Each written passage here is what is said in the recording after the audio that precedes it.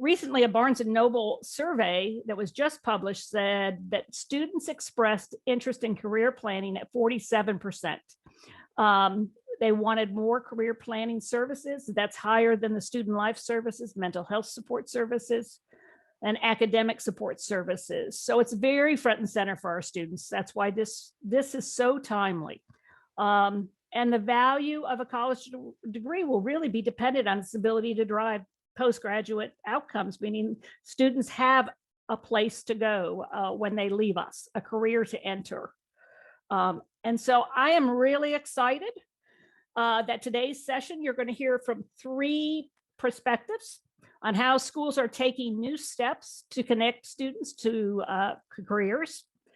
First, we're going to hear from Georgia State, Catherine Niner, Director of University Career Services, and Angela Christie, College to Career QEP, Faculty Director at Georgia State. Then we're going to hear from Herman Vargas, Vice President for Academic Student Engagement, Brian Weiss, Director of Career and Academic Advising, and Pat Morris, Associate Director of Career and Academic Advising from the College of Coastal Georgia. Then we will hear from Columbus State, Deborah Bordelon, Provost and Vice President for Columbus State, Mariko Uzumi, Executive Director for the Center for Experiential Learning and Career Design. And then finally, at the end, Rich Loftus from the University System Office will talk about an introduction to the systems investigation into a potential tool called Handshake for connecting students and employers.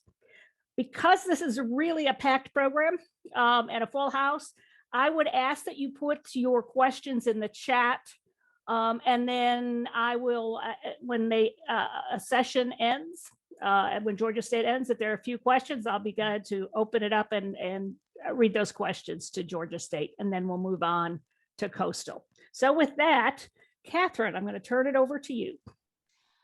Well, I'm very happy to start the session off. Thank you so much.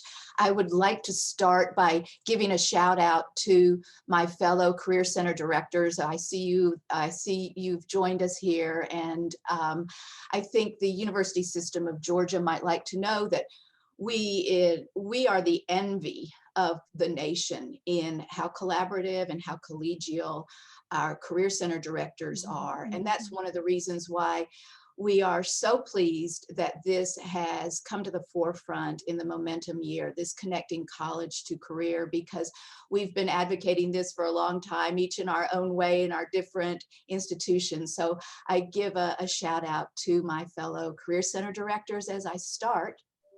And having said that, I will say that I think if you were to eavesdrop on discussions on any of the career centers around the state of Georgia, you would hear a variation on the same conversation.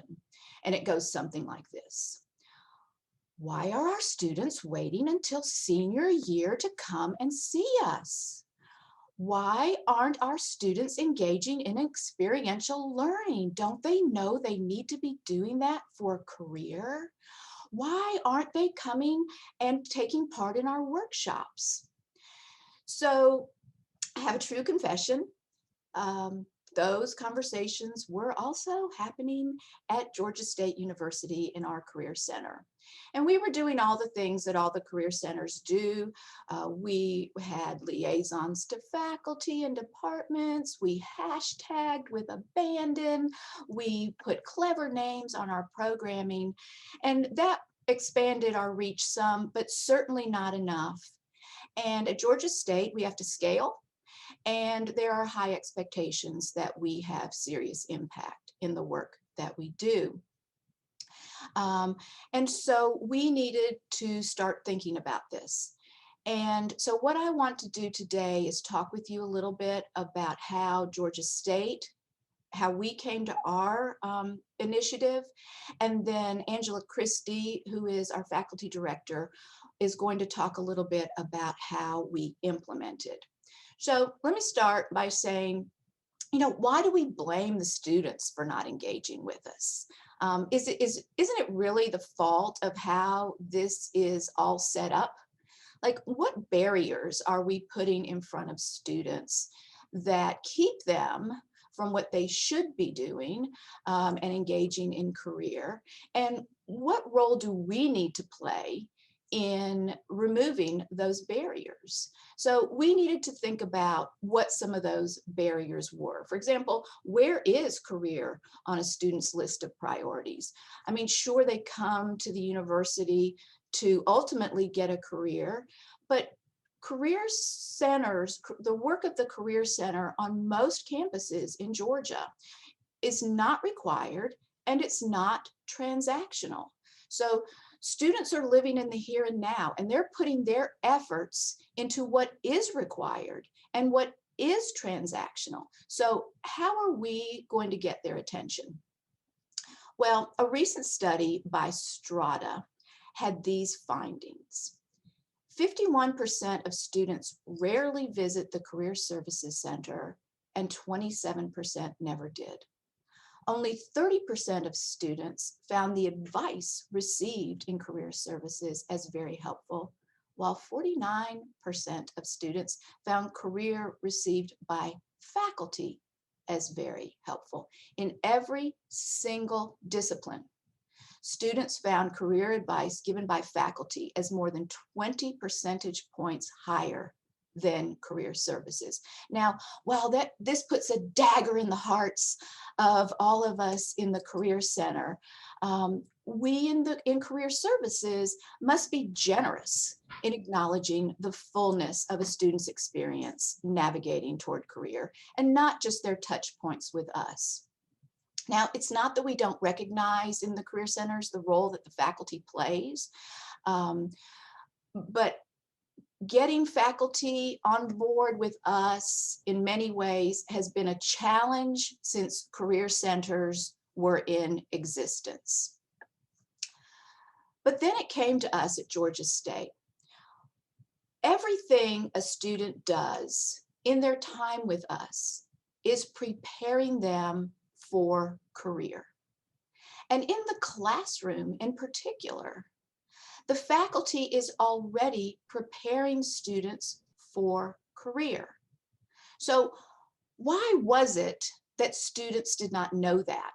Why were students not making the connection between the coursework that they were required to take and how that was getting them ready for what they wanted to do post-college?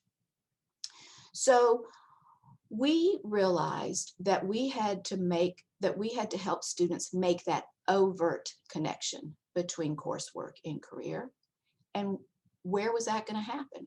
Well, it was going to happen in the classroom. Students believe faculty, students must be in the classroom. And so that was where we laid our foundation. Now, could we achieve the glorious pipe dream that every career center has? Could we possibly get faculty to include career readiness throughout the curriculum? I mean, we know that faculty does not want to teach career, and so we had to remove some barriers for faculty also. And all we had to do was convince faculty that they should make the connections for their students. Easy, right? Well, not exactly, but it was a lot easier than we thought, and it was received a lot better than we actually expected. We were quite surprised. So the first thing we did was we assured faculty they would not be asked to add anything to their syllabi, that they were already, in fact, preparing students for career. They were not going to have to retool anything. They were not going to have to fill out reams of documentation, and they were not going to have to teach career. We, on the Career Center side, would work with students on their professional development and their navigation in what they needed to do to apply for those jobs, graduate school, internships, and so forth. We developed 3 learning outcomes that Dr. Christie is going to talk about. And it was remarkably a lot less challenging than we thought it would be. Now, there were 3 keys to our success, I think. And they were, first, that we had the leadership, vision, and direction from our highest levels in our administration. I cannot stress how much this is absolutely fundamental.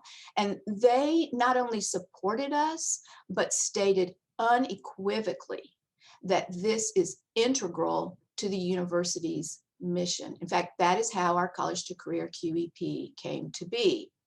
Our QEP is tied to the first goal of our strategic mission, which is that our students will achieve success in academics and career. Second, we had strategic partners across disciplines who were our champions and our partners across the entire university community. And these partners enthusiastically adopted the learning outcomes and incorporated them into their programming. And this truly helps students realize that indeed, everything they're doing at Georgia State University is helping them get career ready. And yes, third, finally, it is about money. I have to be honest with you. We are extraordinarily fortunate to have been able to provide monetary incentives to our faculty to incorporate career readiness in their coursework. And Angela's going to talk a little bit about that and a little bit about the other ways in which we used our money. So from the get-go, we wanted to make sure that faculty did not get frustrated with us in the Career Center. So we had to appear organized. We had to have all the resources and tools in place for them. And to that, we tried to consider everything that a faculty would need and want to make this easy and exciting to include in their coursework. And that's where our faculty director, Dr. Angela Christie, came in.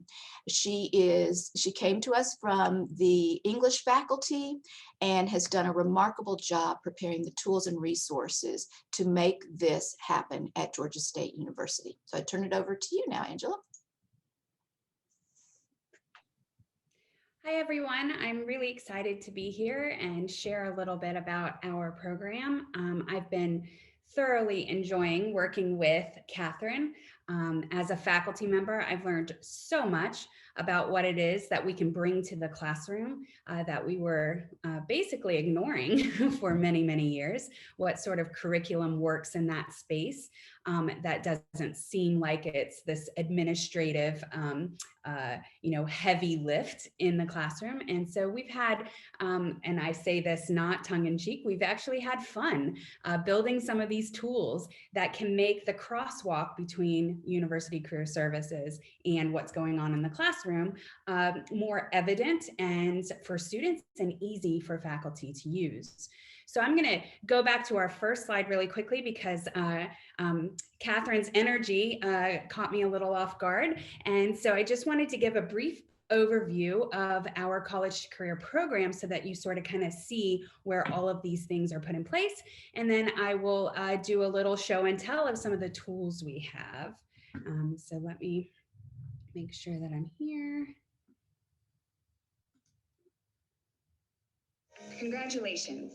You've taken the first big steps that not only carry you through the start of your academic journey, but steps that chart a path from college to career. Georgia State is focused on ensuring your academic success, and we are committed to your success beyond college. Career readiness is part of everything you do as a college student, and the College to Career program makes it easier for you to connect, track, and document your path to career. You will learn about the career readiness competencies most valued by employers. You have access to a free online professional portfolio, and you will create your first professional resume and cover letter in your orientation course. We've also integrated career curriculum in your first year classes. You will learn how to search and apply for internships, find co-curricular programs that help you develop needed skills, and edit and produce your State Your Story narrative. College to Career skills building curriculum is part of all the courses you take. Our faculty make it easy to learn how to articulate the connection between the work you do in class and the work you will do as an employee by using the CTC Skills Builder graphs. Career readiness starts in your very first semester. College to Career has all of the latest national and GSU student-specific employment data available by major and by career field. Just use your campus ID and password to log into Stepping Blocks and search employment data on salary, skills, and career paths. We also have all of the GSU-specific data available on our Career Explorer website. You can explore the skills needed for in-demand job fields, view the top 5 job fields hiring GSU graduates by major, and connect with recent graduates. We know your goal is to graduate and find a job you love, and we are here to help you reach that goal. College to Career partners with University Career Services to ensure professionalism and work ethic are things you practice in your coursework and co-curricular programs. By the time you graduate, you will be able to show prospective employers the career skills you have developed. Your digital portfolio will be full of examples from signature experience courses, course assignments related to career competencies, organizations and programs in which you participated, and awards and certificates you earned. Your career starts here. Georgia State will be with you every step of the way. To learn more, so that gives you a bit of an overview. We have 3 areas where our students encounter specific curriculum, and then we have worked with faculty to get curriculum into their classes as well. So the services that we offer in the classroom, career services in the classroom, are the curriculum, the Skill Builder Connection tool, departmental incentive grants and faculty fellowships, and major specific Career Explorer web pages. And I'll briefly go over those things for us today. We have 3 learning outcomes: awareness, connection, and demonstration. And we have 3 main places where our students are encountering these outcomes. Our orientation course, GSU 1010 and PCO 1020 at our perimeter college campuses, have a series of awareness modules that introduce them to things like optimal resume, how to build a resume, how to get their first resume started, how to open their Portfolio account, and also to introduce them to the 8 NACE competencies that we use to sort of drive our curriculum. We also have connection curriculum in our English 1101 and 1102 courses. This curriculum is a fully integrated LMS module that sits within the course curriculum. It includes building a WordPress e-portfolio, starting a network, a digital network through LinkedIn, and also doing some connection work so that they can understand that every single skill they practice in their coursework connects to skills that they will need to demonstrate once they get out on the job market. Finally, we have demonstration modules that sit in our signature experience courses, but also can sit in any course that has an experiential component to it. These modules, again, are built in our LMS. They include a translation exercise, so taking their final project or their experiential project and curating it for their portfolio, building some translation between the skills that are going on in that project and the skills that they have practiced in other courses.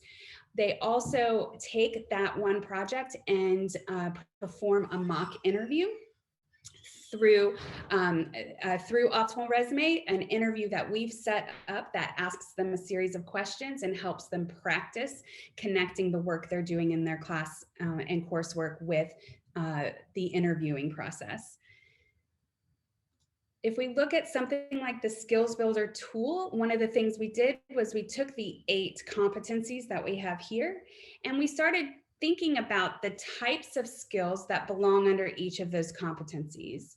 What we wanted was broad coverage. We wanted it so that no matter what class you were in, you could be practicing professionalism, you could be practicing leadership.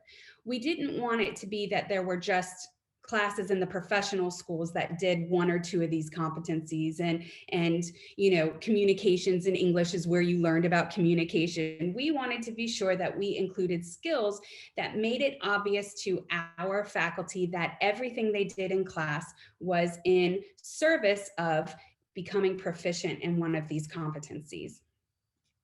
To that end, and I'm going to make sure that you can see this, do you all have the Skill Builder College to Career tool here? So we created this College to Career tool. This sits in our LMS system as well. When faculty create an assignment, they can connect the skills in that assignment with the skill building required at the employment stage by just simply filling this out. And so I'm just gonna really quickly do this to show you that here are 8 competencies and here are the skills that we have associated with those. We might pull over here the skills that are going on in this particular assignment. I'm not really reading exactly what I'm pulling over here, but and when you are done with this, you can also add down here, especially for digital technology, you can add a specific program, right? Tiki-Taki timeline. And then at the end, a faculty member can hit done, and then they can download a series of graphs. These graphs can be copied and pasted onto their digital assignment sheets. They can also be an embed code if the faculty member is completely digital and just sends these things out. They can also be an embed code that is sent to a student via email. And so we've created this as a way to show faculty that no matter what they're teaching, no matter what's going on in class, they are teaching the skills that are needed in order to become proficient in these competencies. And so if it's an 18th century poetry class, right, there are communication skills, there are research skills, there are presentation skills that are going on in that class that are just as valuable and just as professionally connected as the skills that are going on in, say, Robinson College of Business or in the nursing school, for instance. So this has been a really beneficial, and faculty are very excited about using these, and students are too. Let me make sure that I can get back to where I'm going.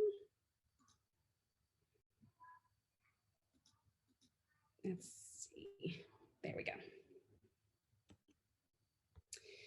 We also have, as Catherine mentioned, grants and fellowships that help sort of drive the creativity behind our curriculum construction. Each department submits an alignment grant that lets us know what they're interested in doing. We don't tell them what to do, they just tell us what they can do, what they're interested in doing. And then CTC follows up with them to see if there's any funding we have to help them with that program development, or any expertise we have from our side that can help them with developing assignments or developing materials like videos and online modules. It's also a way for us to connect individual departments and majors with university career services. A lot of them don't know. They'll say, we would really, really love a way for our students to search for internships. And we can say, why, we have programs for that. We have that available for you. Let me get you in contact with University Career Services so that you can include that as part of your curriculum. We've created faculty training through CETLO. So we have these mentor groups that help faculty start reimagining their courses as career curriculum courses and how to use the tools that we've created for them. And we also have faculty funding available for curriculum development. In our LMS, we have a learning object repository, and there we have lots of college to career assignments that can be easily pulled over into a course. Those assignments are ready to go. They already have the context apparatus behind them, and oftentimes they already have assessment as well. So faculty don't have to worry about creating any of those. Catherine, would you like to talk a little bit about the college to career mini grants? Yes, we wanted just to mention our college to career mini grants because this is one of those kind of keep it simple, stupid things that had a really big impact. And we've had a number of our friends across the nation and across Georgia implement a similar thing. So it's something easy for you to do. We had an alum who really liked what we were doing and gave us a small gift. With that gift, we invited faculty to make proposals for a project they wanted to do that would connect their coursework or an assignment, something they wanted to do with career, to help students understand the connection. And we would give out grants between $300 and $450. And these went to things like that the state budget doesn't pay for, or things that the faculty needed to buy. So it funded some resources. One time it funded MARTA passes for all the students so that they could take a particular class assignment. We've paid for entry fees to various types of museums and things like that. And we have been astonished at how much these have been coveted, and we have been also very heartened by how the high impact that they had. And we're happy to talk to anybody about those. And so the last thing that we have here, because I know we're coming up on our time, is our Career Explorer webpage. This is a webpage that we have created that helps students navigate career employment data. It introduces, it's a workshop place. It gives them all the tools and the training needed in order to navigate the options we have here. It goes ahead and it explains again what the competencies are and the connection to those competencies to the skills. It connects to conversations ongoing with NACE about why these skills are important. It brings in our tools of the trade, which is our connection to stepping blocks, where we are getting this data and able to bring it to the students. But it also introduces them to stepping blocks and has a tutorial here that explains how to use it. We have a connection to the Georgia Department of Labor statistics on employment so that they can cross-reference what they're seeing here in stepping blocks with what Georgia Department of Labor has, and a connection to ONET here as well. We also have a series here that helps them understand what data is all about and how to read data and how to analyze data, because we want them to be curious and to understand that they really need to look into the data more carefully. They can tour their stepping blocks page here, and they can also take a career personality quiz. This is our University Career Services section of the page. It introduces Catherine here, but also introduces all the great work that they're doing. We have a holding place here because we're developing a step-by-step tutorial on how to find an internship at Georgia State. And then we introduce the tools that are most relevant to career building down here. And these are all tutorials. And so in addition to the tools, what they have is a tutorial on how to use the tools. We found that students are really, really interested in tools, but also get confused as to what they're supposed to be doing with them. This is an RSS feed that lists by day, everything, actually 2 days out, everything going on campus that is related to college to career. So these change daily. So if students are just interested in co-curricular programming that could help them build skills, they can go ahead and click on any of these and register for them. And finally, by college, we have our college to career pages, which give the breakdown of every single major and the type of employment that a student could find through that major. So these are our top 5 employment fields for GSU students with an English bachelor's degree. And they're all listed here with an average salary after a certain set of years. And the skills that that particular field, that particular industry looks for in English majors, not just in general, but what they really like about English majors. We also have here our competencies again. So there's a running theme. They're always seeing these same icons. And when you click on them, it tells you the coursework, the programs, and the events in that department that helps students focus on the development of those particular skills. Here we have top employers, local employers by salary. So English majors might be interested to know that AT&T is a big employer of our GSU English graduates, because they probably didn't know that. They probably thought I get an English degree and I go and teach English. And we really want to reinvent the story. Tell them that you get a degree because you get these skills, and then you can apply for many, many different jobs.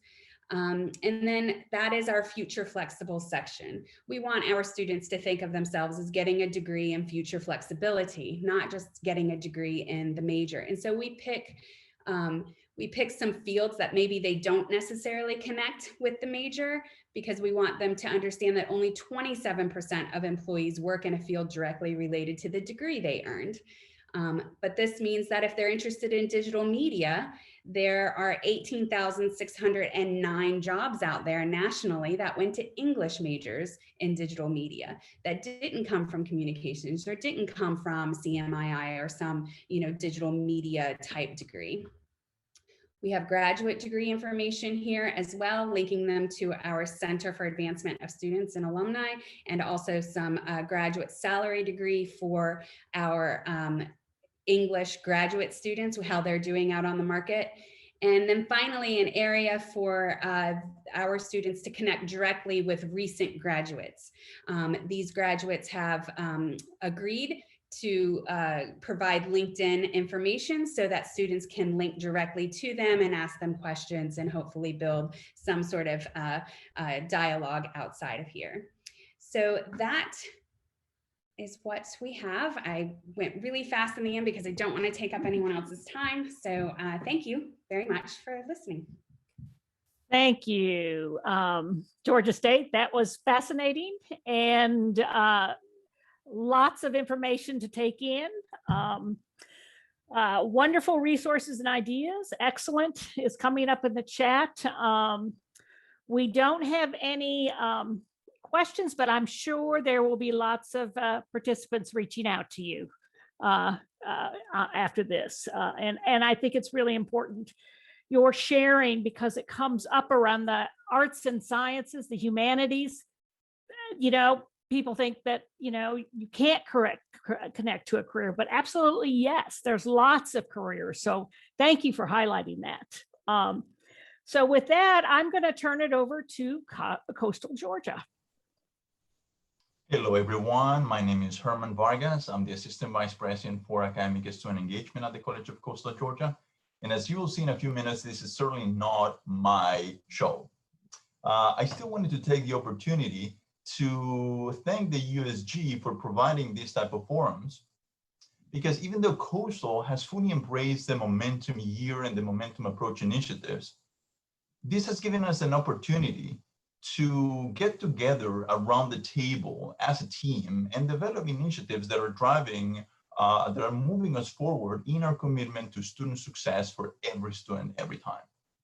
One of these big idea elements that came out of one of these team sessions in one USG event was the integration of career and academic planning. And we're extremely proud of the first steps that we're taking in this direction. This is now our QEP. So I'm very happy to introduce to you the leaders at our institution that are making this happen. So Brian Weiss and Pat Morris are the Director and Associate Director for Career and Academic Advising. They have been part of all our momentum work for the past few years. And as they lead this new office that is now called Compass, they're taking all these notions and all these elements together to bring a very holistic approach to student development. So Brian, take it away and show us how Compass is helping us drive student success at Coastal. Thank you, Dr. Vargas. And I want to thank everybody for having us here today. It's great to see so many familiar names from the career services side, especially. So I hope you find this information both useful and thought-provoking. And I'm going to start out with a short commercial that we created to kind of help explain this concept here to our Coastal Georgia family.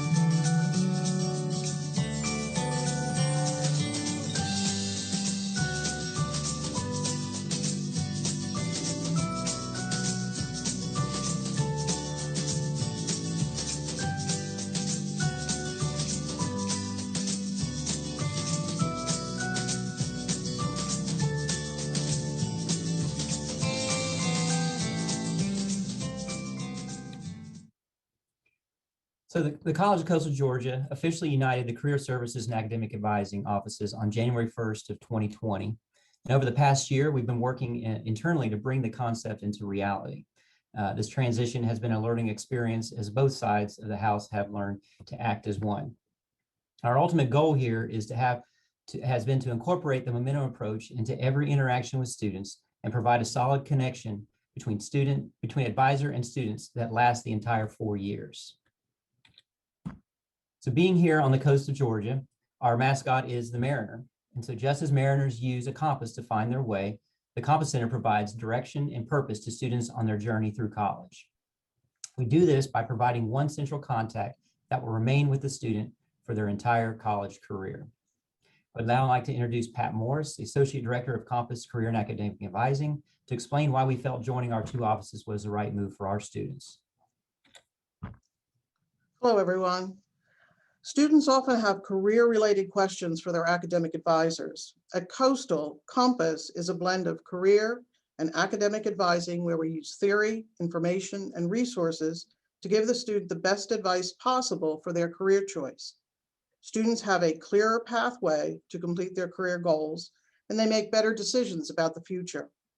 The idea to blend academics with a realistic career option, we want to do it at the beginning of the freshman year. So what about this momentum? We start with the momentum year, purposeful choice.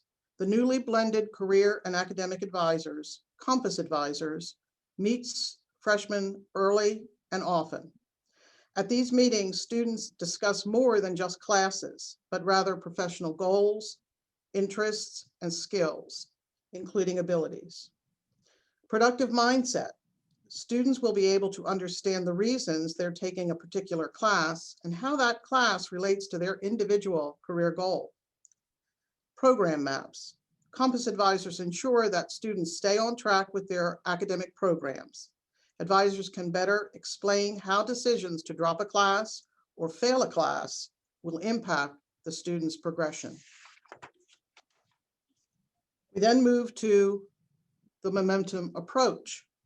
Compass advisors utilize individualistic approaches that facilitate self and career exploration while encouraging students' engagement in the academic community as a whole. Making connections between academics and careers early help to affirm a student's choice of major and gives the student a framework to understand the range of options available. The Compass advisor will be the one constant in the student's life while on campus, moving with the student through each milestone and building that relationship that we know is critical for student success. Okay, so we've talked about kind of the theory and the reasons behind the moves that we've made here, but I think it's helpful maybe to kind of put this into a situation with explaining how students would experience the Compass Center. So through the admissions process, students are invited to take Focus to Apply to determine career interests. This is the first step in making that purposeful choice in their major. And then at orientation, students attend a session hosted by their specific Compass advisor. And this session addresses broad academic and career advising topics like choosing a major, internships, data from the First Destination Survey, importance of getting involved on campus, and more. And this is all done in one uniform presentation. And also at orientation, students receive their first class schedule prepared for them by their Compass advisor.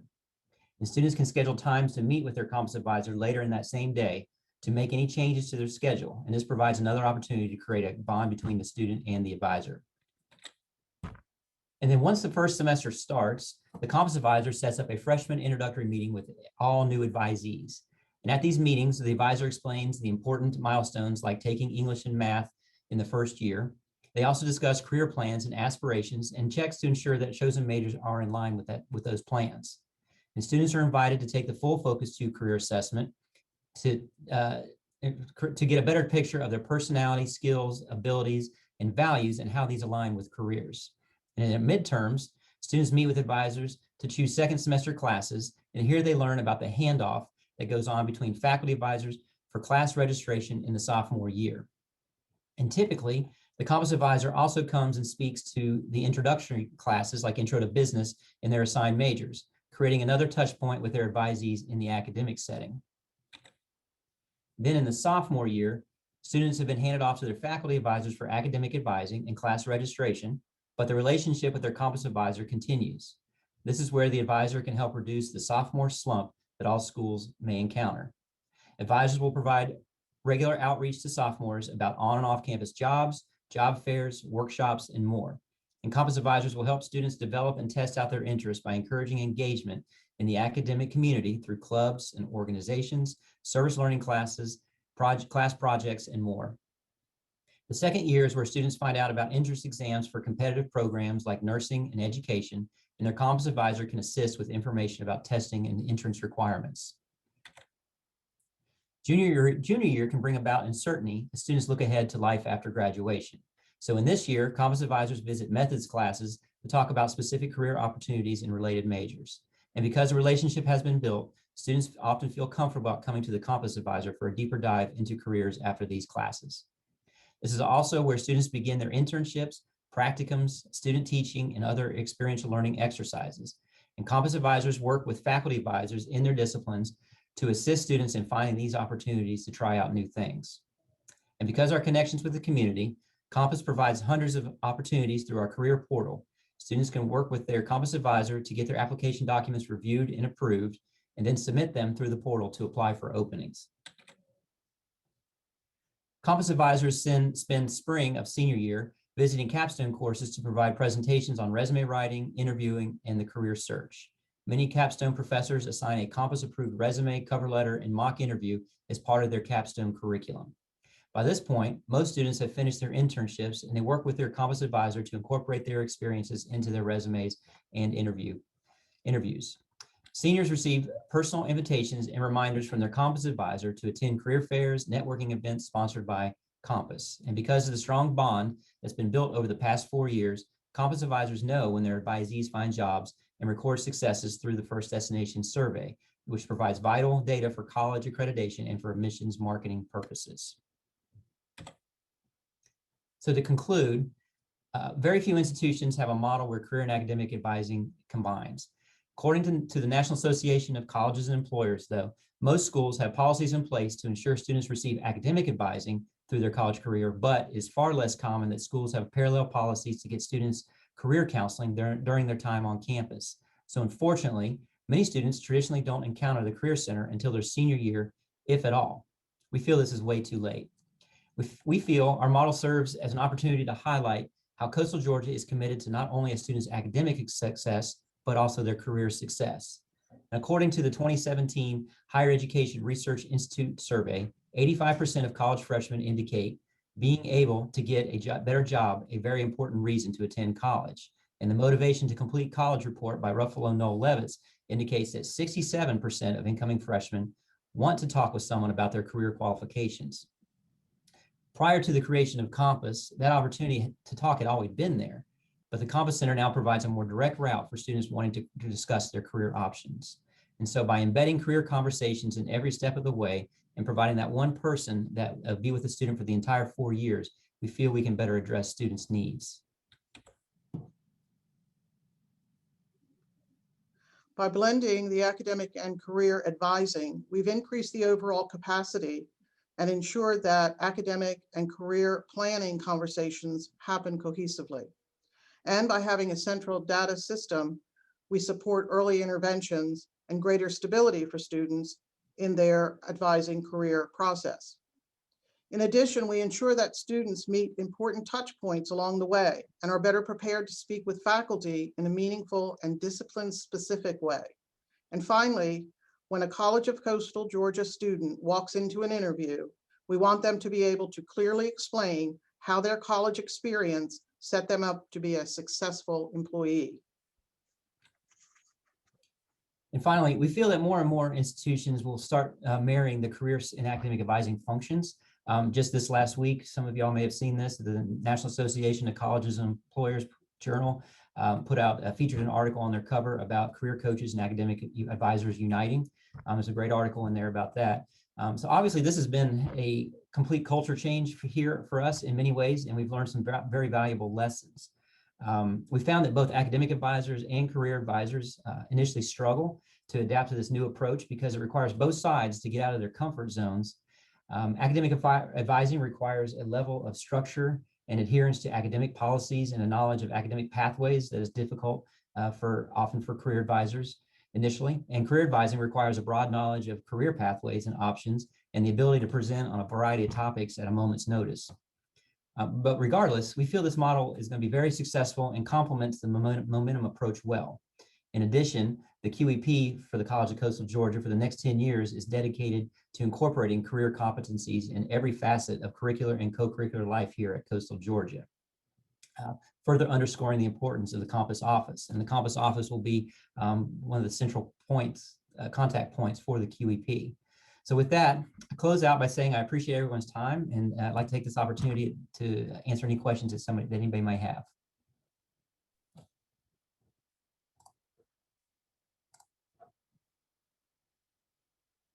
Thank you very much, College of Coastal Georgia.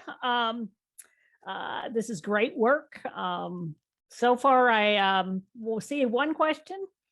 Do your advisors advise all majors, or are they assigned to majors and colleges? No, each advisor is given a group of students. For example, we have our School of Business and Public Management has a dedicated advisor. School of Nursing has a dedicated advisor. So each discipline has a dedicated advisor, and they may advise multiple majors within that discipline, but we group them by discipline. Great. Another comment, this is a great program. I love the one-to-one advising mentor idea. I do have one question that I'd like to ask. You talked about something that the students do take, a focus to apply. Is that something you created? No, a focus to is very widely known in the career realm, okay. But it's a great tool a lot of schools use to help a student discover their career interests, their personality, their skills, their values. It has a series of assessments there. Takes all that and helps students do research based on those results. What we a lot of times have been doing more recently with Compass is that we don't look at the jobs, the careers as much that come out of this, but the job family that comes out of this. And we talk a lot more about the job family. So rather than trying to get a student, down to an accountant in their freshman year, let's look at the family of jobs that might be a good fit for that student at a time. Yeah. Thank you. Another comment, as a past academic advisor and later career counselor, I have always thought the combination is needed for students. And I would echo that comment. We agree. Yep. Well, thank you very much. And we will now move on to Columbus State. Thank you, Marty. My name is Marika Izumi. Oh, I'm going to need to share the screen first. All right. So my name is Marika Izumi. I am the Executive Director for the Center for Experiential Learning, and I have... Hi, I'm Deborah Bordelon, and I serve as the Provost and Executive Vice President at Columbus State. Okay. All right. I am about to share a screen. Oh, here. It went away. Oh, here it is.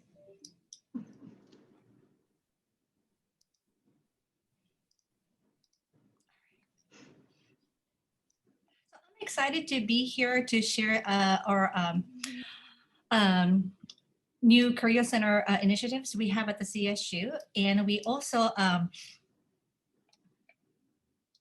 began our journey with the pandemics. And as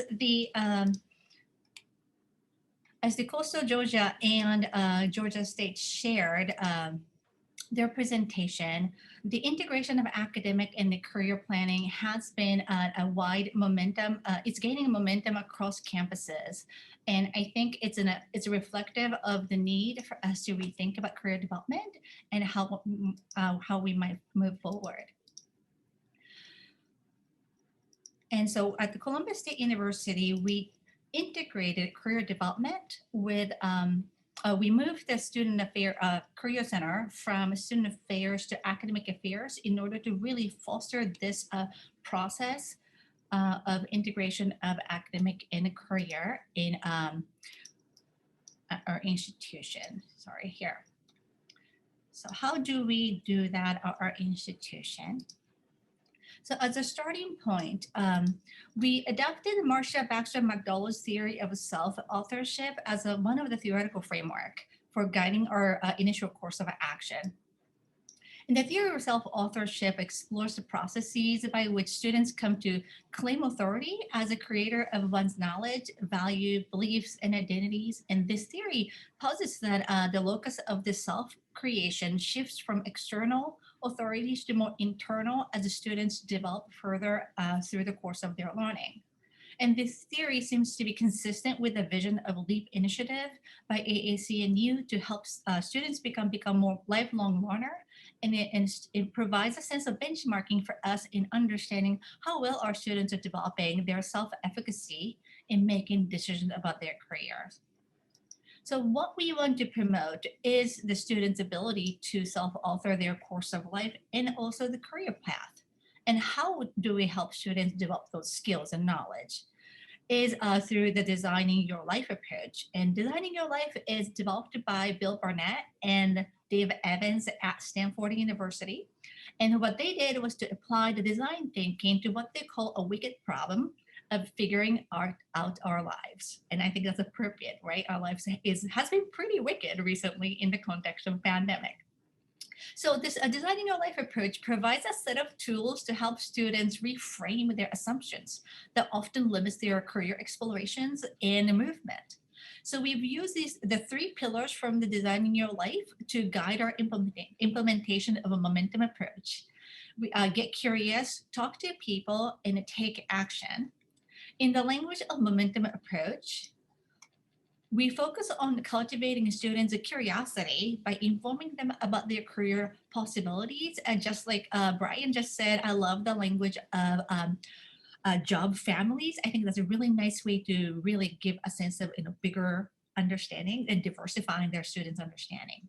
So we inform students by really cultivating the curiosity to expand their zone of movement, right, and exploration. And we also have the students talk to others, alumni, industry experts, faculty, and staff to discern their directions and have them affirm their career choices by having them take an action to move forward into their career path. Oops. So then to help students inform about their career choices, we shifted our language from the language of passion to the language of a curiosity. And as many of the Career Center staff know, What Can I Do with This Major is an incredible resource, and which was underutilized in our office. And it provides a list of jobs and career paths associated with each major and informs them what kind of skills they need to move forward. So we embedded this resource in orientation, which requires all of the incoming first-year students to attend. And by having students explore the potential career paths and the family of jobs, right, associated with their majors, our intention is to affirm students' excitement about the major they have chosen to enter into CSU, and at the same time, diversify their understanding of the career paths possible for them as a particular major. We also have students create a profile in the Handshake to search these jobs in the Handshake to kind of reinforce their discovery in new knowledge. And the second approach we implemented was assigning orientation leaders to peer leaders to the first-year seminars. The leaders were tasked to create a sense of belonging and introduce first-year students to student success resources, such as tutoring, counseling, career centers that emphasize the importance of finishing your FAFSA on time, meeting your advisor on time, and so forth. And our intended goals were to create a safe space for students to ask any questions as they navigate through the first year in college, and to normalize the use of support services, including Career Center, of course, but also particularly counseling in the context of COVID. And the peer leaders use storytelling to model the growth mindset and to the first-year students and share their experiences in having used these resources to help them navigate the college life a little bit better. So how do we help our students discern? Right? To help students discern their fit for an academic program and career fields of their interest, we partnered with Alumni Association to host an alumni mixers, right, in a digital world. We invited 3 to 4 alumni who graduated within the last 5 years from a specific major to a Zoom meeting to share with the students, what do they do?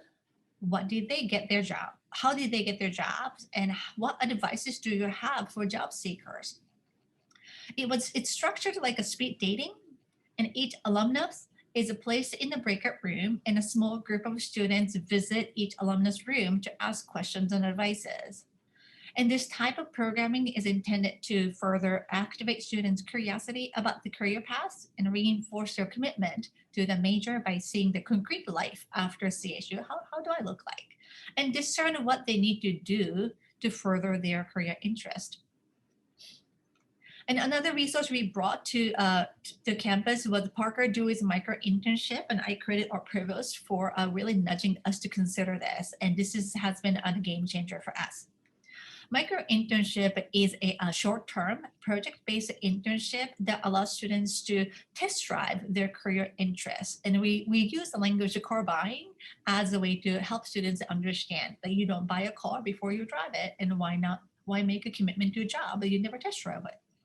Right, so this program has been really interesting for us because it allows students to explore and gain experiences without worrying about the time commitment outside of our work hours and also classes, because many of our students work and many of the students cannot afford either tuition or the resources to the credit hours in their program, in their major progress, to take internship courses. So this project-based approach enables them to diversify their portfolio in the career path, which fits into this idea of family of jobs, and pursue their interest.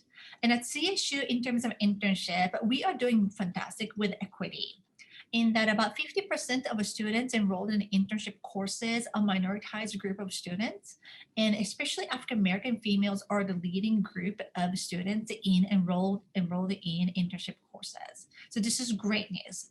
But it does not mean that our work ends here, in that these enrollment, right, in internship is heavy on one discipline over the others, and our goal is to diversify that discipline that enable students to pursue internship through this micro internship.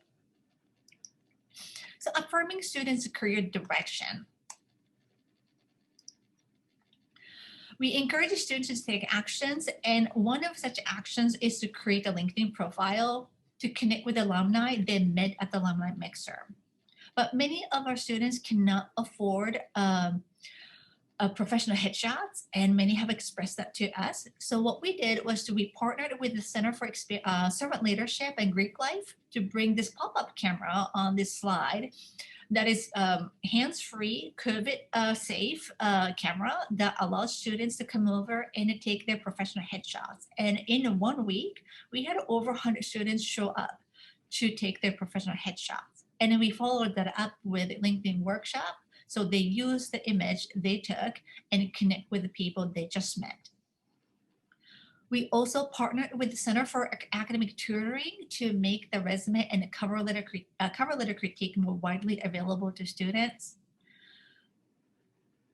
And we also partnered with a nonprofit organization in Atlanta to provide free virtual mock interview practices to students. And our office consists of myself, a new director who just joined last month, and an administrative coordinator. So it's a small office, and the constant worry is, how do we scale our services to all CSU students with a small office?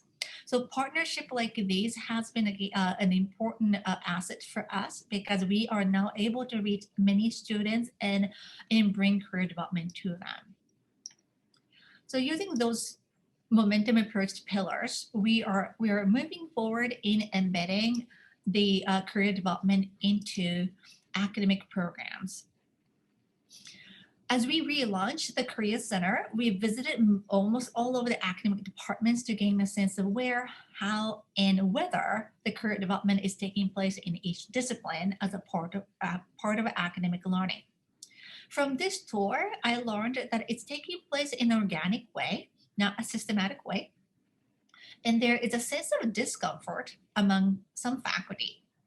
And the faculty are uniquely positioned with the knowledge and resources to help students make connection between what they are learning in the classroom to their life after college. But at the same time, not all faculty members are familiar or comfortable with providing career-related support. And I recognize this slight discomfort as a faculty myself. I've worked in IT and TV industries in the past, but I am certain that the hiring practices and professional practices have changed since I was there. So we decided to offer a workshop exclusively for faculty and staff on how to help students with resume writing to deepen our bench. And we also did a LinkedIn workshop for faculty as well. And many of the faculty expressed that they feel a little bit better in helping students. So we plan to continue this work. And to promote the experiential learning, we started with an assignment design. Faculty development is my background, so we started from there, where faculty are most comfortable and familiar with. So we offered a series of workshops on project-based learning that integrates the partnership with the community, the civic engagement, and the community industries to bring challenges into the classroom for students to see the possible directions and the ways in which the discipline intersect into a career. So this faculty development is intended to make more visible the connection between the learning in the classroom and life outside of CSU. And we are planning to offer a project-based learning institute over the summer, targeting faculty members who teach first-year seminars to scale this effort. And the momentum approach has been scaled into multiple directions in addition to the first-year experience. So we have worked with the Honors College, global engagement in interdisciplinary programs. And Honors College has a 0 credit hour course that exclusively focuses on career planning. And we partnered with the Center for Global Engagement to redirect some of the fundings that used to be supporting study abroad scholarship to global internship in the context of pandemic. And we have a strong commitment on campus to global learning, and we are hoping to leverage this campus culture to expand the faculty involvement in global internship and experiential learning. And Interdisciplinary Studies is a new program that launched last year, and we were able to fully integrate career development into this program.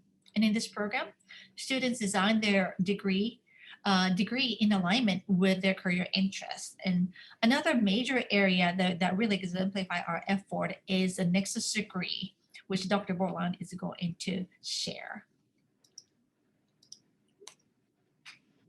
Okay, thank you so much, Dr. Izumi. And again, it's been exciting to re-envision and reimagine how we are providing career services on our campus at Columbus State. And it's been exciting to hear, as the other presenters have shared, how to integrate career services in the academic programs and to look at how to integrate that into a degree plan so that students are getting getting ideas and that career support throughout their program of study. So what I'd like to talk to you about is a very special degree that is unique to the USG, one that has just started, and we're very proud at Columbus State to be able to move forward with a Nexus degree. And to give you a little bit of background, a Nexus degree is designed as a 60 credit hour degree that is designed with 42 credit hours in general education, 12 credit hours in upper level coursework that is designed in a focused area. And these degrees are designed for specific careers, specific workforce needs. And then part of that degree is also 6 hours of internship or experiential learning. And students can enter into a Nexus degree in a variety of ways. It can be a standalone degree, and we offer it as its own degree, but also students may add a Nexus degree to their current baccalaureate degree. In that way, it almost functions as a minor as part of their program of study. And also, we've had students who have come back after earning a bachelor's degree, coming back for a second degree and being able to apply their gen eds and pick up the 18 hours in the Nexus. So there are multiple entry points to enter into this degree. And again, that focuses on specific career, specific workforce needs. At Columbus State, we have 3 Nexus degrees. We have one that's in film production, and that started in fall of 2020. We currently have about 31 students in that program. We actually had 2 students graduate this past December, and part of it was they were able to add that into a degree program that they were pursuing. And so we're looking forward. I believe this May we'll have several others that are going into film production. And then our cybersecurity of fintech started in fall of 2020. We currently have 18 students in that program. And with both film production and cybersecurity of fintech, some of the students that we have seen coming into the programs are adult learners, individuals who have been out of school for a while, who may have a degree, who are coming back. For instance, in the cybersecurity program, we have the first cohort who joined us in August of 2020. What was interesting was we had a wide variety of students who joined that program. One was a pastry chef on a Norwegian cruise line, had been in that position for 10 years, was laid off due to COVID, but decided to pursue this degree in order to build up their skills to enter into the cybersecurity workforce. We had art teachers who joined those programs, and the same with film production, where individuals who were in other careers but have decided to pursue these Nexus degrees. We also will be launching a public safety Nexus degree in fall of 2021. We're in the process right now of we have USG approval, and we're working on our SAC COC approval, and we should be able to launch hopefully in fall of 2021. And we have several students, again, who are interested in pursuing that particular degree.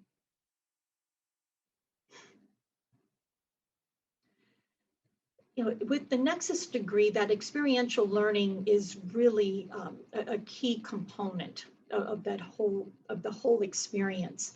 And there are many partnerships, and I have a few here that are listed, but there are many more that have been part of this process. In film production, the Georgia Film Academy is a key partner as far as delivering our content courses, being able to provide experiences to our students on production sites. The Columbus Film Commission has been wonderful in, again, working with us for internships and opportunities for students to get that hands-on experience. We also partnered with a company in Columbus, W.C. Bradley, in providing us with access to a studio. We have Flat Rock Studio in our area where the courses are being taught in this program. And again, we have sound stages and sets that the students are able to work on. And as productions come into Columbus, the students are right there and are able to intern and to work on these productions. In the cybersecurity of fintech, the partners that we have, the industry partners who are providing guidance and information on what are those, what are the current standards in that field. But Global Payments, which has merged with TSYS, Sanofi, and AFLAC are all partners that we have been working with. One thing and also what's been important is with the internships, and Mariko was describing some of the LinkedIn opportunities that are available. These partners have been participating in providing information, guidance to the students who are in these programs, and those connections are invaluable as they are looking at where to intern, where to get these experiences, and it helps us to be able to structure those experiences in meaningful ways. And for our public safety Nexus degree, as we were preparing that, we worked very closely with the mayor's office, the City of Columbus, the Chamber of Commerce, Columbus Police Department, Columbus Fire Department, and brought entities together to take a look at how can we shape this program and again, meet the needs that we're seeing in our community and to provide those experiences for our students as they are pursuing this particular degree. The programs also focus very heavily on industry certifications. For instance, the cybersecurity of fintech, those certifications are embedded in that program. So as students are progressing through the Nexus, they are also sitting for those exams. So when they graduate, they will be able to present to future employers a whole list of certifications that they have received. So it is very much, again, that experiential, what are the certifications, what are the standards in that field, and all of that's embedded in the Nexus degree. We talked, with the internships and apprenticeships, we're looking at a wide variety of ways to make sure that students are getting those experiences. COVID has presented some challenges. For the cybersecurity of fintech, one of the challenges for that first cohort, we were expecting to put those students into that first internship with some of the companies in the Columbus area. And we had to kind of pivot, just like we had to pivot for our classes on those experiences, and ended up really kind of presenting an internship that helped us as well as the students.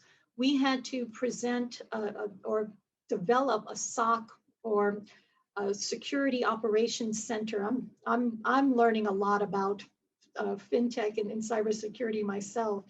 And we were able to build that for students to intern and to provide us with guidance on where were those gaps, what were the vulnerabilities that were in the system, but in a safe way that did not impact our main system, but provided them with those experiences.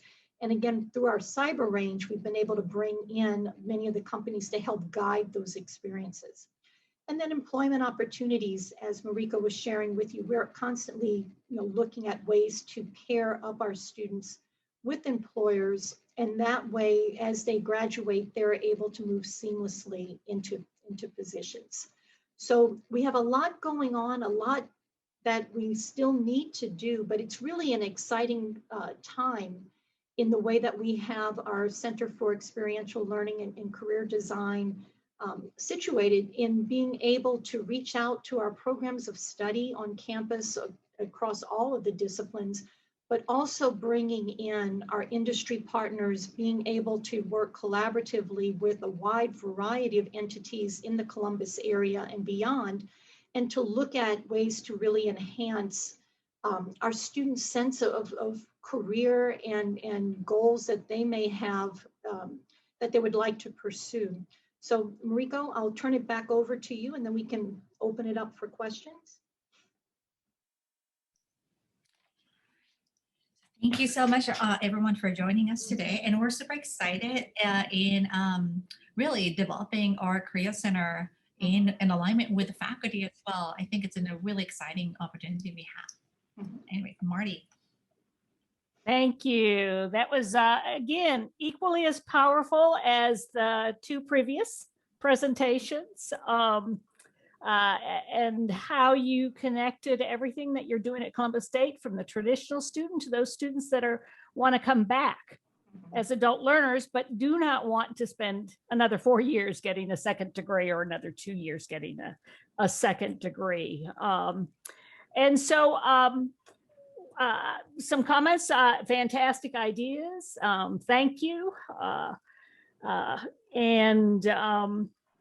We'll continue to monitor the chat for any questions. We are getting close to about 10 minutes left. So I'm going to actually turn it over to Rich Loftus and let him take us out. Thank you so much, Marty. Can you hear me? Mm-hmm. Perfect. All right. And are you seeing my screen? I am. Let me share it Yes. full. All right. So thank you, and thanks to all the presenters for some excellent information. I just wanted to give you a brief update on an initiative that we're working on at the system office related to a career services tool. But before I start, I wanted to give you a brief introduction of who I am and what we do at the border region. So as Marty said, I'm Rich Loftus. I'm Associate Vice Chancellor for Strategic Implementation, and we provide leadership and management of strategic initiatives within the system office. We partner across not only the system office, but with all our institutions on initiatives as we move forward. So as our organizational structure, there's three reports to Dr. Wrigley or Chancellor Wrigley, and that is in academic affairs, administration, and fiscal affairs. So we are part of the administration team under organizational effectiveness, which works for John Futchko, works for Teresa McCartney, and I work for John Futchko and have a small team of project management, systems integration, and change management. So under project management, we have a team of 4 project managers that, do project management and execute and control and close strategic projects. So we have a list of a project portfolio that we work on. I also have a director of change management who works on the change management related to those projects, and a director of systems integration who works on projects where we integrate not only technologies, but people and systems and services. So the Office of Strategic Initiatives does some research. This is a common practice for us where we research tools, common tools at the institutions to solve common problems. So the way we go about it is we ask the institutions what systems and tools they're using. We see if it's a strategic fit, is there a need? And in this case, when we're talking about it, is a product called Handshake, and I'll show you a slide in a second, that has defined some of the need that we have at our institutions. And then we look at, are the institutions satisfied with the tool or the service that's being provided? And then of course, there's benefits to standardization, student experience, faculty experience, employer experience in this case, our ability to collect metrics related to the use of the tool and the successes of the tools. And then of course, economies of scale. We usually get a benefit from initiatives where everyone in the system is using it. So then once we have that information, we decide whether system-wide contracting makes sense. There's multiple methods for contracting where you could have a system-wide contract. That's where an employer deals directly with us, a service deals directly with us, and they benefit from that because they're dealing with one entity and not 26. There's other types of contracts where we get more or less a negotiated price, and then it enables institutions to act on that contract. And then of course there's the ability for individual institutions to contract.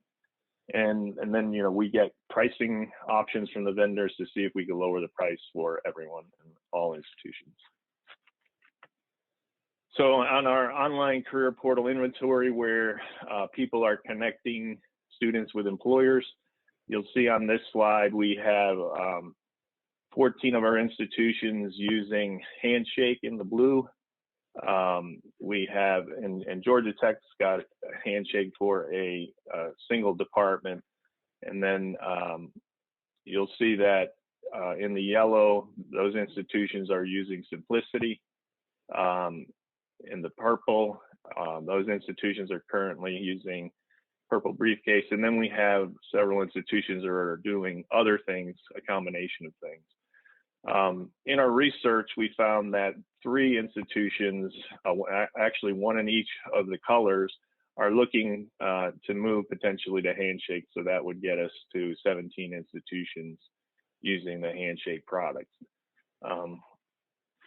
So what we are going to do next is we're gathering information from the career services leaders on campus. They're putting together information regarding what products they're using and their successes and challenges and different items for us.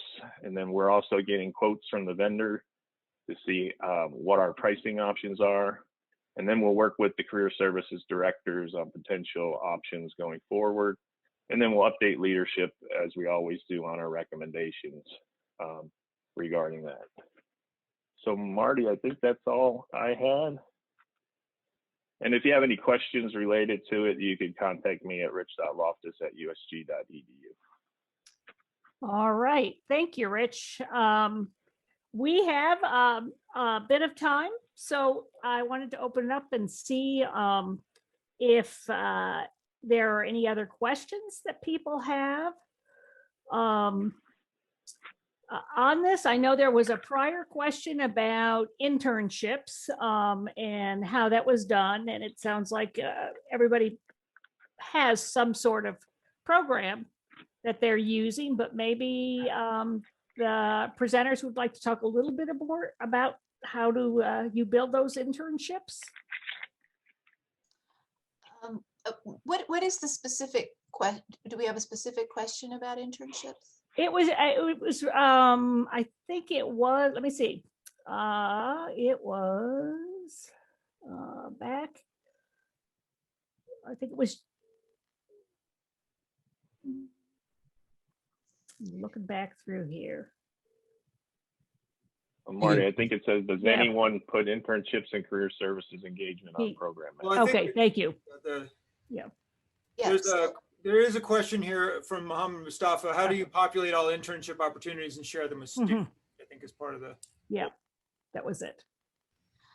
I mean, we're fortunate at Georgia State. We have a small part of our staff that is completely focused on internships and experiential learning in general, because of course that's so important in navigating toward career, especially now that organizations are not hiring students into management training programs. You know, they're expecting our students to come in with experience. So we source internships, we connect students with internships. We have both academic for credit and not for credit internships. We work with faculty in the disciplines. So that's kind of how we do it at Georgia State. Thank you.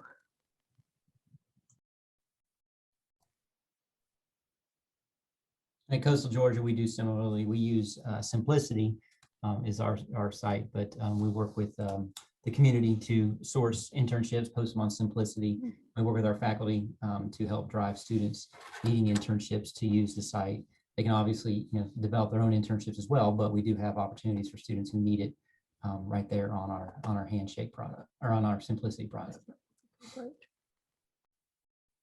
This is Mariko from Columbia State speaking. We approach in two different ways. Three different ways. One is micro internship. We have talked about that opens up a lot of opportunity for students. But the second one is just like Brian mentioned, using the Handshake to really promote it. But third way is a little bit more programmatic in that we work with each academic department to identify specific industries or companies where they want to develop their internship. So we create those channels. So for example, AFLAC, they are always looking for someone to hire in IT and cybersecurity areas, and they prefer to have interns first come in order for them to determine the fit into the positions, right? So we have a very strong partnership that way with the Global Payment and TSS and AFLAG with for Computer Science Department. Art Museum has a very strong ties to two of the museums in the region, right? So we strengthen that and make it a little bit more robust. So that's the program level. So we are moving forward in developing those specific pipelines with a local industry in each academic department. Thank you. We've got one more question before we close it out, and this is to College of Coastal Georgia. How many students do you have at the institution, and how many Compass advisors do you have, and will you be measuring retention changes and or major change frequency or other measures? Right, yes. And so we have 5 Compass advisors, including, and then Pat and myself also advise groups. We also have a dual enrollment advisor. Advising loads is a question we get a lot, and we do have about 3,500 students on this campus. It breaks down to, for our freshman advisees, we all have between 150 and 230 freshman advisees that we need to work with. And then we have on top of that, we have our sophomores, juniors, and seniors. That can range anywhere from 150, 160 up to about 600. In our School of Business Public Management is our largest. And so, the